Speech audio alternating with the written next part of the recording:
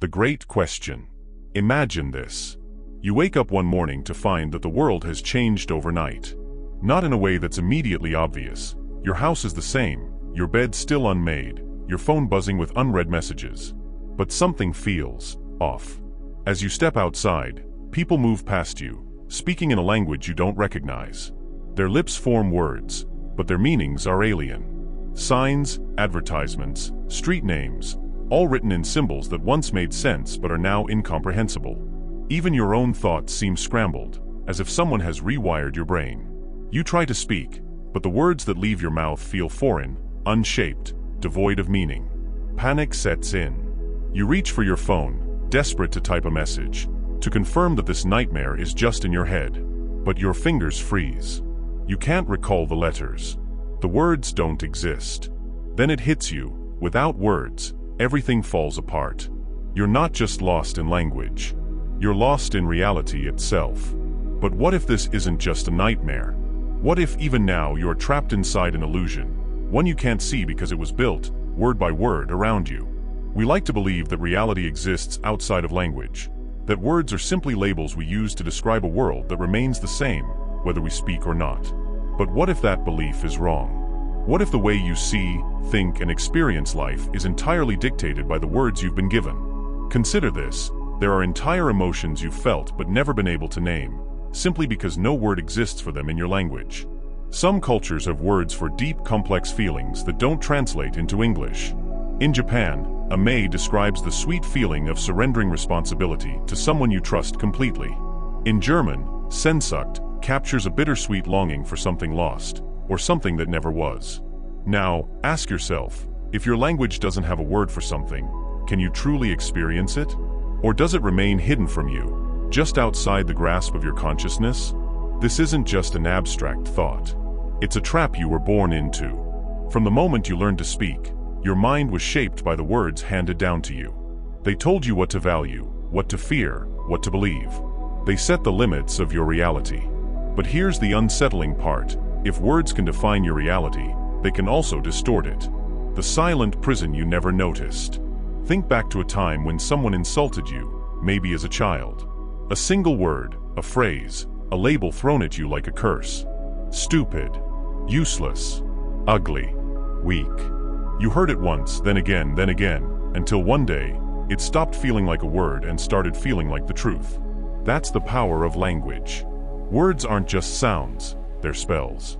They shape your identity, carve paths in your mind, dictate what you believe is possible. A child told they are bad will carry that word like a scar. A society told it is free may never see the invisible chains around it. A person told that love is sacrifice may spend their entire life suffering, believing that pain is proof of devotion. So here's the real question.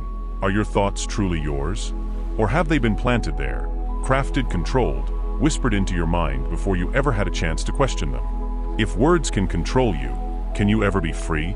The answer lies deeper, buried in the psychology of perception, the philosophy of existence, and the hidden forces that have shaped you without your knowledge. And once you see the truth, you'll never unsee it. The hidden problem and its psychological/philosophical roots. You've been speaking a language your entire life, but have you ever considered that the language has also been speaking you?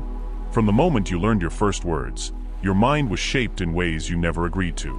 Every phrase, every definition, every concept came prepackaged, built not by you but by those who came before you. Your language is not just a tool, it is a script, a silent architect of your perception. But who wrote it? And more importantly, what did they leave out? The mind in chains, how language traps you without you noticing. Carl Jung once wrote, "Until you make the unconscious conscious, it will direct your life, and you will call it fate." The same is true of words. They operate in the background, quietly structuring your thoughts, shaping your emotions, defining your possibilities. Consider this, every language has limits. Words define concepts, but they also create boundaries, invisible lines around what can and cannot be thought. If a culture lacks a word for freedom, can its people ever truly conceive of being free? If a language has no distinct word for self, does individualism even exist there? Philosopher Ludwig Wittgenstein famously said, "The limits of my language mean the limits of my world." So what if your world, the way you see yourself, your relationships, even your suffering, is simply the byproduct of words that were never your own. The tyranny of labels. How words dictate your identity. Think about the labels you've accepted in life. Some were given to you. Others you unknowingly adopted. Good student. Bad at math. Not creative. Too emotional. Unlucky in love. Born to struggle. Do you see the problem? These aren't just descriptions. They are prisons. When you accept a label, you begin to filter reality through it.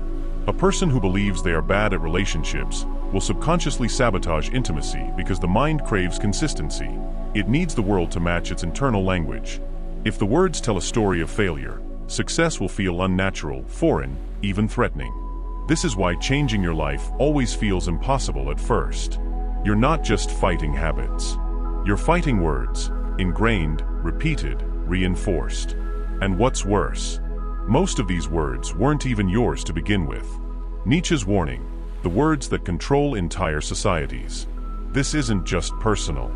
The entire fabric of society is held together by words, beliefs passed down like sacred truths. Nietzsche warned of this when he spoke of slave morality, a system of words designed not to empower but to control. He argued that the ruling classes throughout history shaped moral language to serve their own interests. Words like obedience, sacrifice, duty, and humility were glorified, not because they were inherently good, but because they kept the powerful in power and the weak in check. Think about how words like success and happiness have been defined for you. Have you ever questioned whether those definitions serve you or someone else? Take Aldous Huxley's Brave New World. The government in his dystopia didn't rule with force. They ruled with language. People were conditioned to love their servitude through carefully curated words. Words that made them believe they were free when, in reality, they were caged. Sound familiar? How much of what you desire is truly yours? And how much was placed there, through words, by parents, teachers, media, culture? The words that keep you in fear. Here's where it gets darker.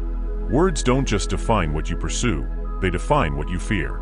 Why is it that across cultures, across time, words related to uncertainty, chaos, change, rebellion, questioning, are almost always associated with danger? Why does stepping outside of conventional wisdom come with words like reckless, delusional, or selfish? Because words are how control is maintained. A society that controls language controls thought. George Orwell understood this when he created Newspeak in 1984, a language designed to shrink thought itself. By eliminating words related to freedom and revolution, rebellion became literally unthinkable. If you don't have a word for liberation, how can you ever demand it? Now pause. Ask yourself, what words have been used to keep you in place? What phrases have you internalized that tell you, this is just the way life is? You can't change who you are. Only special people get to be successful. Words dictate fear. Fear dictates action. Action dictates life. The subconscious scripts running your mind. Even beyond spoken language, there is another layer of words controlling you, one you don't even hear. Inside your mind, there is a voice. Your voice. The one that narrates your life, comments on your decisions, whispers doubt in moments of risk, or encourages you to stay in the comfort zone. But here's the problem. That voice isn't entirely yours. It's an echo of every word you've ever absorbed. Parents' warnings, teachers' corrections, society's judgments. You think you're thinking for yourself, but are you? Imagine if that inner voice had been programmed with different words from birth. If, instead of fear-based language, it spoke in terms of possibility. Instead of "I'm not good at this," it said, "I'm learning this." Instead of "I don't belong," it said, "I define where I belong." Instead of "This is just who I am," it said, "I choose who I become." Do you see how dangerous this realization is? If changing words can change perception, then you have far more power than you were ever led to believe. The hidden truth you were never told. Language isn't just a tool. It's a system of control. It determines how you define yourself, what you believe is possible, what you fear, and what you accept without question. It is the hidden script running your life. But here's the thing about scripts, they can be rewritten. And if that's true, then the very foundation of your reality is more fluid than you ever imagined. The question is, will you take control of the pen? Because right now, you are standing at a threshold. You've seen the strings that move the puppet. But what happens when you cut them? That is where we go next. The unseen consequences. How words shape your reality. 8001000 words. So we've uncovered how language is more than just communication. It's a silent architect of reality, a hidden script that dictates your thoughts, fears, and even your identity. But what happens when you start to see beyond it? What are the consequences, both liberating and terrifying, of realizing that words have been controlling your life all along? Let's dive into the hidden cause and effect of linguistic influence. 1. The illusion of free will. Are you thinking or just reacting? You probably believe you make choices freely. That you think, weigh options, and decide what's best for you. But what if I told you most of your choices aren't yours? Your mind is a pattern recognition machine. It doesn't create thoughts from scratch. It retrieves them, like a Google search, from the words and concepts it has stored over time. Imagine two people. Blue Circle 1 grows up in a culture where risk-taking is glorified, where words like bold, visionary, and pioneer are associated with success. Red Circle another grows up in a culture where caution is emphasized, where words like obedient, humble, and responsible are seen as virtues. Now, when both these people face the same decision, say quitting their job to start a business, who is more likely to take the leap? Not because one is inherently braver than the other, but because their inner dictionary defines the situation differently. For one, risk means opportunity. For the other, risk means recklessness. Neither is thinking freely. They are reacting to the words embedded in their subconscious. This is the unseen consequence of language. It predetermines how you will respond to life before you even know it. 2. The words that control your emotions. Have you ever wondered why the same event can make one person angry while another stays calm? A study in psychology revealed that emotions aren't just automatic. They are heavily influenced by the words we attach to experiences. Example, imagine you're standing in a long line at a grocery store. If your mind labels it as wasting time, you feel frustration. If your mind labels it as a chance to slow down, you feel at peace. Same event, different emotions. Why? Because the words your brain chooses determine your emotional reality. This is why two people can experience the same hardship. One is crushed by it, while the other emerges stronger. One says, I failed. The other says, I learned. One says, life is unfair. The other says, life is testing me. Words define your suffering. Change the words, and the suffering changes too. But here's the real danger. If you don't control your words, someone else does. 3. The power of naming. Why those in control define the words. Throughout history, the most powerful people didn't just control armies or wealth. They controlled language. Think about it. Red triangle pointed up religions define sin and virtue. Red triangle pointed up governments define crime and justice. Red triangle pointed up corporations define success and failure. If you control the definitions, you control what people believe. Example, imagine a society where being rich is redefined, not by material wealth, but by how much you contribute to others. Suddenly, billionaires are no longer respected just for their money. The game changes. This isn't hypothetical. Look at how language is manipulated in modern politics.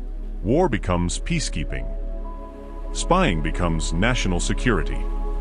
Layoffs become downsizing. Words soften reality. They make the unacceptable acceptable. This is why movements and revolutions start with reclaiming language.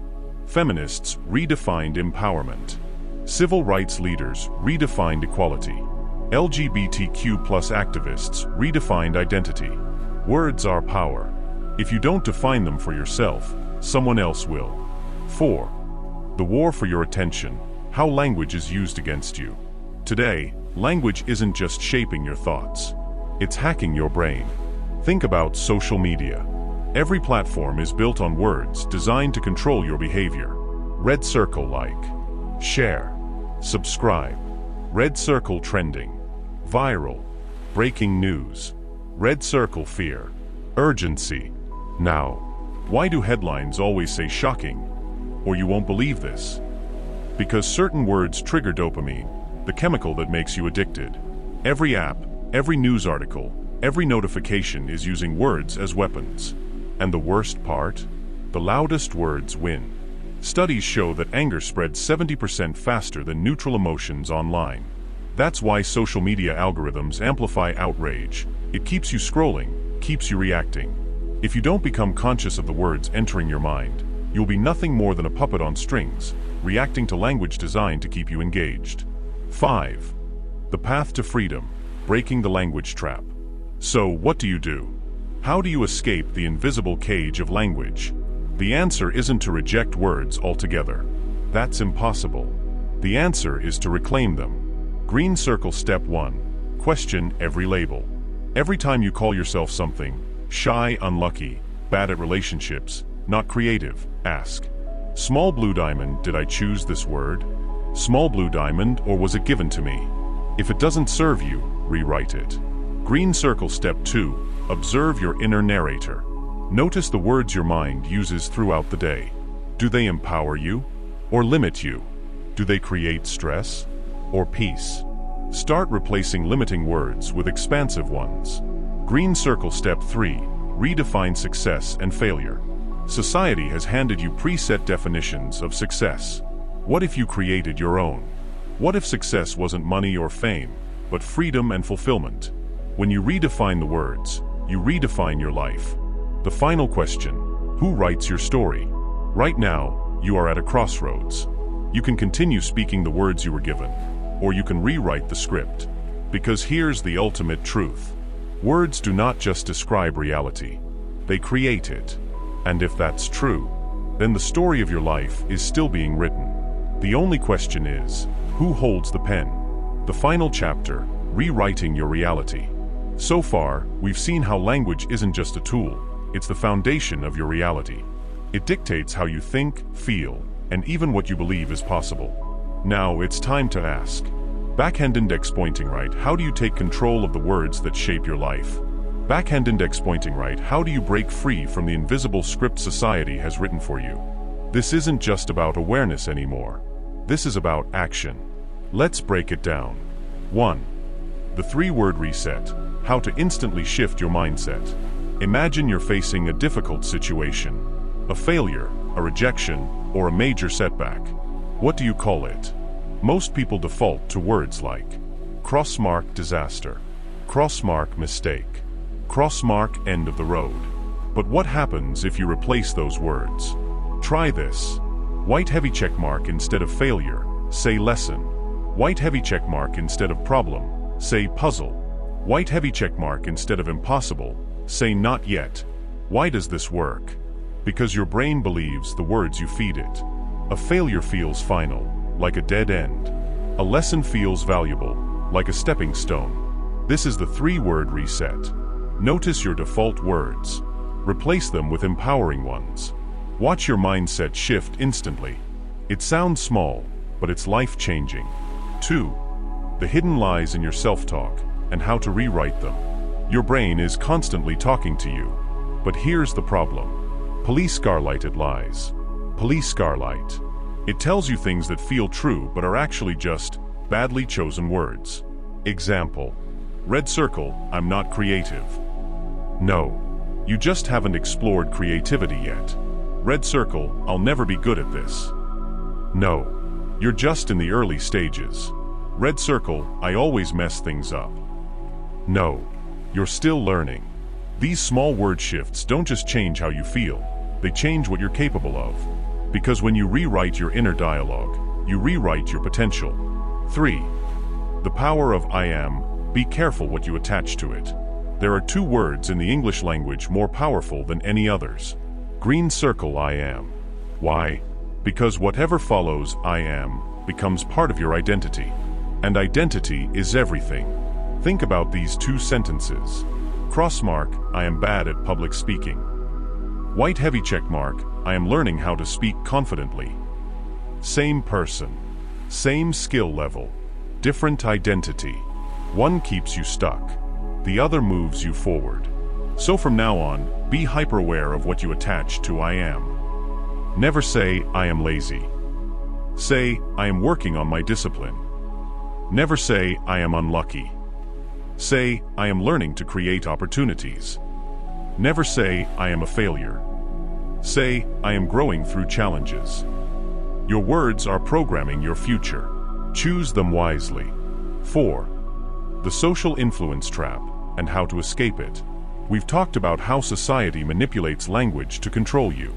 Now let's talk about how people around you influence your words, and by extension, your reality.